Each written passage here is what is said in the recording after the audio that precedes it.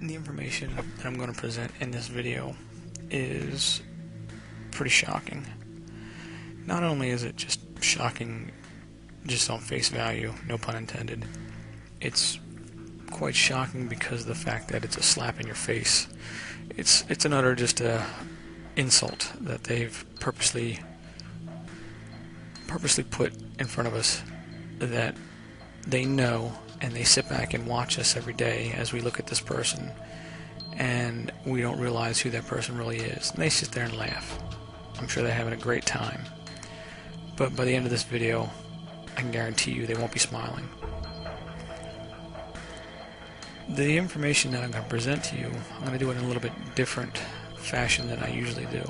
I'm going to present it in sections instead of as the whole face and then work from there, because I don't want you to know who this person is until the end, until you've actually looked with an open mind at the evidence itself and not be putting up walls to the evidence before you even get a chance to look at it, just because of the person who it is, and you'll find out what I mean.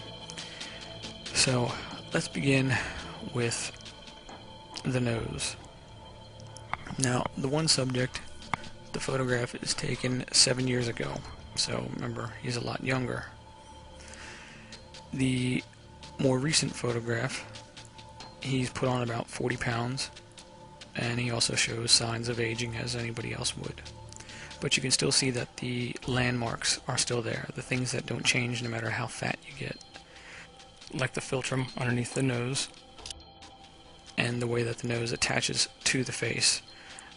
Of course, then there is a distance to that and to the eyes, but we'll get into that later on. I just want you to look at the nose right here as we change just the opacity level of its image. And all that is fading it from 0 opacity to 100, and from that we can see the image that's underneath it, and we can see that the nose lines up absolutely perfectly. Now, like I said, the younger version, he's going to have a little bit of open nostrils, because as the older version, as he gained weight, the nostrils inside would, of course, close a little bit. But the landmarks don't change. That's what we're looking at here. So let's move on to the eyes.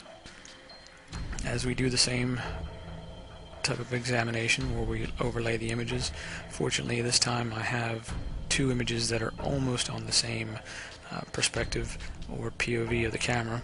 So we get a pretty good, probably one of the better ones that I've been able to work with in order to get a good solid understanding of the images, and pretty much they match. You can see as I go back and forth between the opacity, you can see the eyes don't move. The eyeballs do, because he's of course looking in a different direction, but the outside of the eyes don't move except for a small bit where he's got his eyes closed slightly in the one photograph. Now, the weight doesn't do too much to the eyes. It will make your cheeks puffy around them, but pretty much your eyelids stay the same, and but your eyebrows will, of course, be a different size. They'll be pushed out sometimes. So when we look at these aspects of this photograph, we can still see that they're consistent with throughout of who they are. So now let's go into the mouth area, and we can overlay again. We see the philtrum matches perfectly. Now in one photograph he has his mouth open, and the other one he doesn't, but that's his jaw moving, not his top mouth, not his top lip. So we can see that the top lip stays the same, and his mouth closes and opens. Now finally, let's go to the ear, the most important part.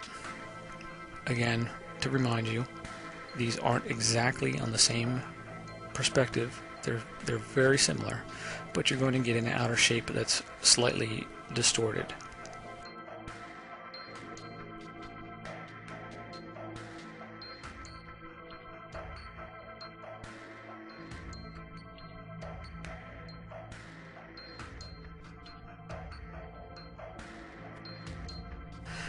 I want you to look at the insides of the ear here, and we can see the characteristics that I've highlighted.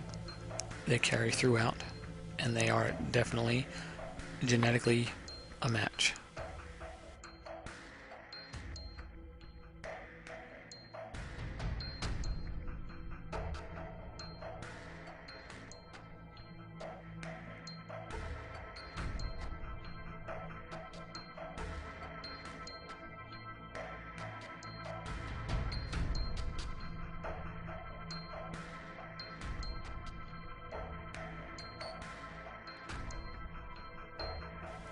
So, we have all these physical landmarks that we've just discussed, and we've shown physical proof of. Let's look at how this individual talks, how their speech pattern is, and how they hold their mouth when they get to an end of a sentence and they are thinking about a word. You can see what they do as they think. These micro expressions are giveaways that most people don't see. Now I'm going to turn the sound off on these so you're not distracted by the sound, but you will be able to see the muscles and look at around the mouth, and you'll be able to see that these are indeed, one is younger and one is older, but they are the same person. So the evidence is solid on this person. It's quite clear that these are the same individuals. Now let's compare both of these individuals. The one voice is from 7 years ago, the other one is current, and you'll be able to tell that they are the same person. The same affliction, the same pattern of speech is definitely noticeable. No, God, definitely not. It's the one thing we have. But she's a fighter, but there was nothing we could do. It's more and more difficult. But there was nothing we could do. And imagine how difficult it must be for her. She's so. And you know. So please, volunteers, anything possible, help us. The only thing as a family, we wish we had a chance to be there with her. Imagine how difficult it must be for her. She's so. Please, volunteers, anything possible. That was the hardest moment of my life. On the 24th, I believe it was probably it was a few days after. Do you think she picked up on the fact that it was a family thing? I think she did. I saw that competitive glimmer that I remember having when I was young. The family has a history of intensity. Definitely, and she definitely got that gene. To waste what little media time we have. I called her and informed her about Lacey's disappearance. Now I'm sure some of you are going to say something about the level of his voice. Well, remember, we got 7 years from the time that the first one was recorded to now. A lot of things happen in a person's voice and a lot of things change. Plus the fact that it's very simple to add effects to a voice in post-production. In fact, I can show you how we do that right now with my voice. As I speak, I'll be changing the actual level, the octave level, which will slow down the voice, but then you can take the tempo and turn it back up at the same time, so you can drop the octave of the voice without messing with the length of material. When you're speeding it up, of course, you'd have less material than you slow it down. So then, like I said, by shrinking that up or lengthening it by the tempo, you can, of course, change the octave of the voice completely without affecting anything else. So these are little effects that they can easily employ. They have used it before many times in other different videos that they've done. So, of course, that's one of the reasons. And the other is, of course, microphone. Which, of course, will definitely change the tone and will give you a better quality, better bottom end on the sound. So as you can see, that there's very simple ways that they can change that. I don't really think that they did too much of the voice effects on this. I think it's more along the lines of just time, that he's got just a little bit of deeper voice, a rougher voice, maybe he smokes, who knows.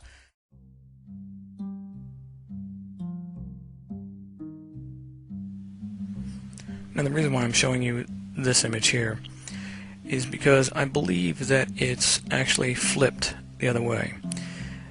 Now the reason why I can tell that these aren't is because actually you can see in the full image, let's see if I have it here now, you can see in this full image that the button's actually on the right side of his shirt, and men have shirts that have the button on the right side and the slot is on the left side, and females it's flipped the other way. So it's a good little trick that you can use to tell if a photograph has been flipped sometimes. But with this one, we don't have that luxury. We don't have the bottom of the image. We can't see the collar. If anyone has a copy of this image where we can see the buttons on a shirt, we can possibly get a better idea of if it's been flipped or not. Because I'd like to know, because that ear, just there's something about that line in there that doesn't really, it doesn't look right to me. And like I said, I think it's flipped, but it could be wrong. But I'm leaning towards the image has been flipped. So be careful when you're looking at these images so you don't get confused with some of them. Now, also, I want you to notice that, of course, since the 7 years, or 8 years since these two photographs have been taken, you can see that he's been involved with what looks to be like a car accident. He's got numerous scars on the face, but if we look closely also, we can see that there's a definite splotchiness to the face here. Now, that could be because maybe that this is a prosthetic. It goes even up into here. And that's either prosthetic or it's makeup. We can't really tell, but you can definitely see that there is a definite color difference in the skin. Now, that could be from an accident as well too. But we notice on this image, if we zoom in on it, and I haven't touched these up at all, we can see that there is definite discoloration where the face is powdered, and that could be because he's of course an actor and he's going on in front of the camera where they use a lot of makeup, and you can see that here they just didn't hit the face with the makeup.